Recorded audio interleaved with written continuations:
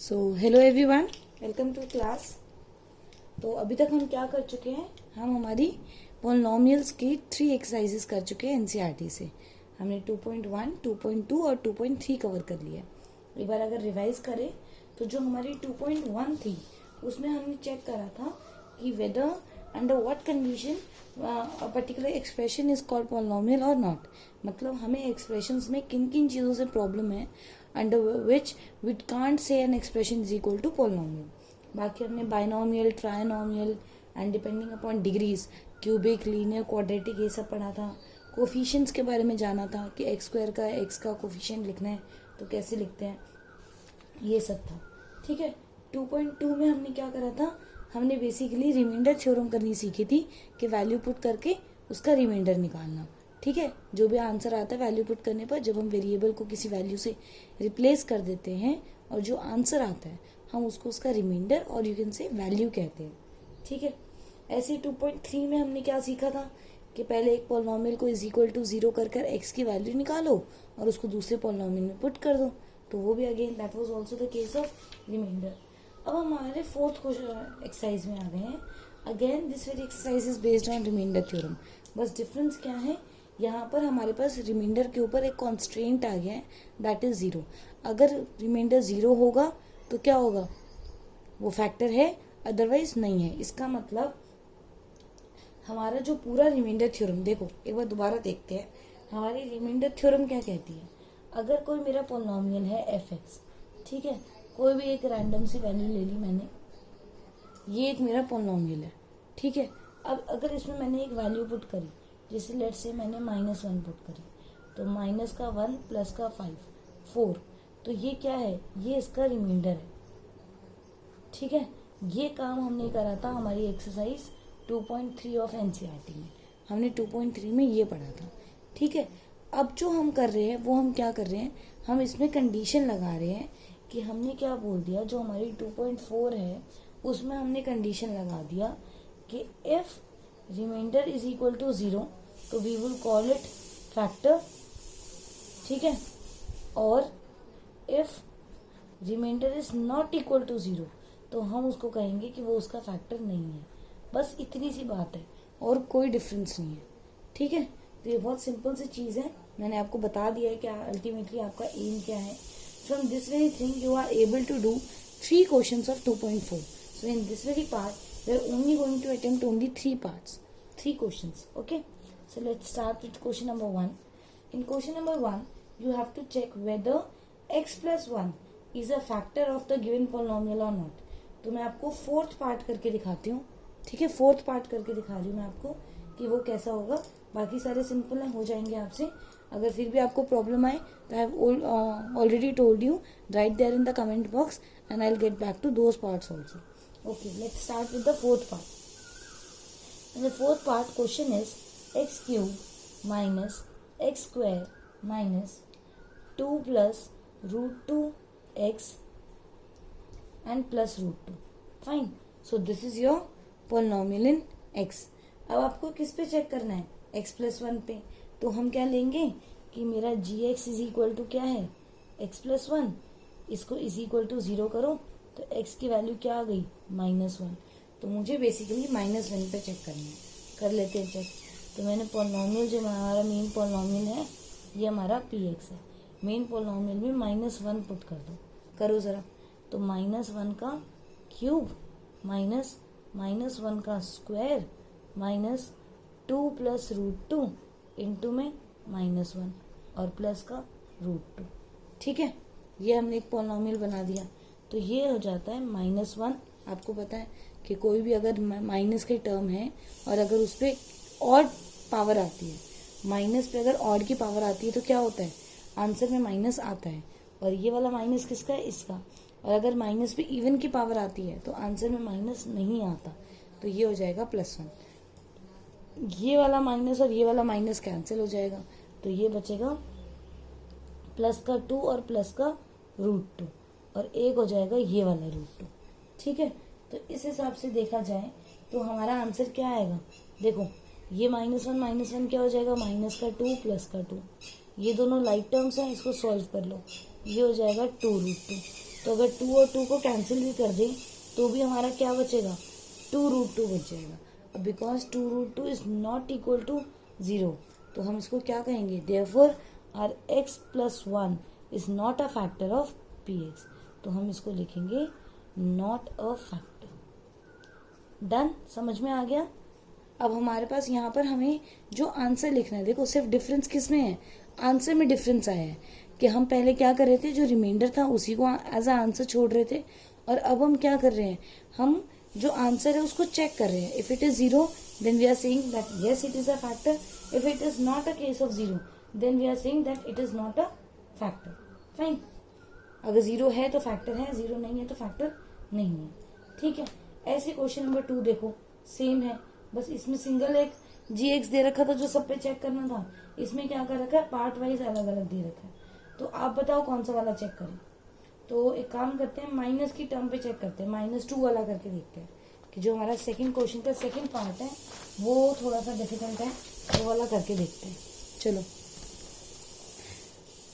Question बोलो, question क्या है हमारे पास, कि क्वेश्चन नंबर जो 2 है वो हमने कैसे स्टार्ट करा, हमने स्टार्ट करा कि जो मेरा पॉलिनोमियल इन x है that is x³ plus 3x² plus 3x plus 1, ये हमारा पॉलिनोमियल इन x है। ठीक है, स्क्रीन क्लियर है, इट इज इन फोकस ना, okay. So this is your px. Now you have to check whether the gx, what is the value of gx, gx is equal to x plus 2. Fine. Now you have to check whether gx is completely divisible by px. क्या क्या check कर सकते हो आप इसका, ये एक ही बात है, अगर मैं आपको लिखूं तो ये सारी एक ही बात है। चेक इफ फैक्टर और not, check if remainder is equal to 0 और not, check if completely divisible और नॉट। ये क्या होते हैं, बात इनकी एक ही होती है, मतलब एक ही होता है, कंप्लीटली डिविजिबल बाय gx और नॉट। ठीक है, ये मतलब इनका एक ही है, तुम्हें काम एक ही करना है, बट वो क्वेश्चन में क्या करेंगे, बस बच्चों को कंफ्यूज करने के लिए ऐसे लिख देते हैं। तो प्लीज इस चीज से बच के रहो, इन चीजों को, कंसेप्ट को क्लियर रखो। और मैंने आपको बहुत बार बोला हुआ है, while you are writing for CBSE board paper और your simple school papers also, please stay more attention, means keep more attention on your presentation. जैसे अब मैं कैसे लिख रही हूँ, P के नीचे एग्जैक्ट G आ रहा है, ब्रैकेट के नीचे ब्रैकेट आ रहा है, इज इक्वल टू के नीचे इज इक्वल टू, तो ये जो थोड़ी बहुत प्रेजेंटेशन होती है इस पे प्लीज फोकस करा करो। ये अल्टीमेटली आपके ही फायदा है कि आपका पेपर देखने में नीट एंड क्लीन लगेगा and you will get good marks. तो अब मैं क्या करूँ, अगेन gx को मैं क्या करूँगी, इक्वल टू 0, तो मेरी gx की वैल्यू क्या आ गई, x की वैल्यू क्या आएगी, -2। तो अब इस -2 पर मैं क्या करूँगी, अपने px को चेक करूँगी। तो ये हो गया -2, तो -2 का क्यूब प्लस 3 इंटू में -2 का स्क्वायर प्लस 3 इंटू में -2 प्लस 1, ये हो गया पॉलिनोमियल।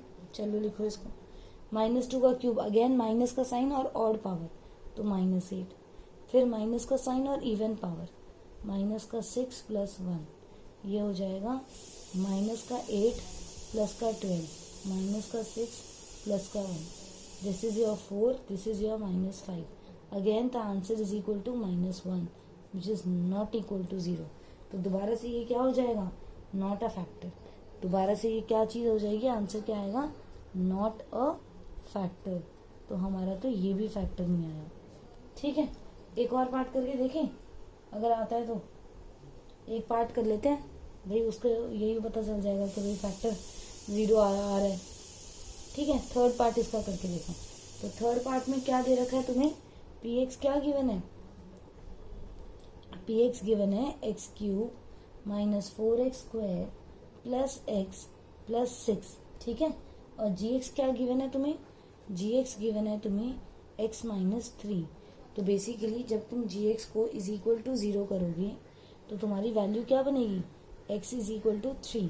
तो जब तुम p ऑफ 3 पुट करोगे तो ये आएगा 3 का क्यूब माइनस 4 इंटू में 3 स्क्वायर प्लस 3 प्लस 6, तो ये हो जाएगा 27, ये हो जाएगा 36 और ये हो जाएगा 9। तो ये माइनस का 9 और ये प्लस का 9। हाँ, फाइनली आंसर क्या आया, 0। तो हम बोलते हैं यस इट्स अ फैक्टर। ठीक है, समझ में आई? इस हिसाब से आपका कोई भी आंसर आ सकता है, कुछ नहीं करना।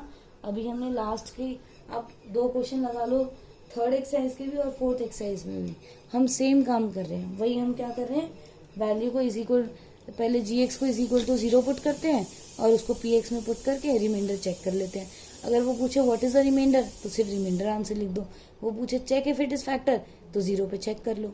ठीक है, अब थर्ड क्वेश्चन में देखो क्या अलग है। थर्ड क्वेश्चन भी इसी वैरायटी का है, बट उसमें थोड़ा सा आपको एक अलग चीज करनी है।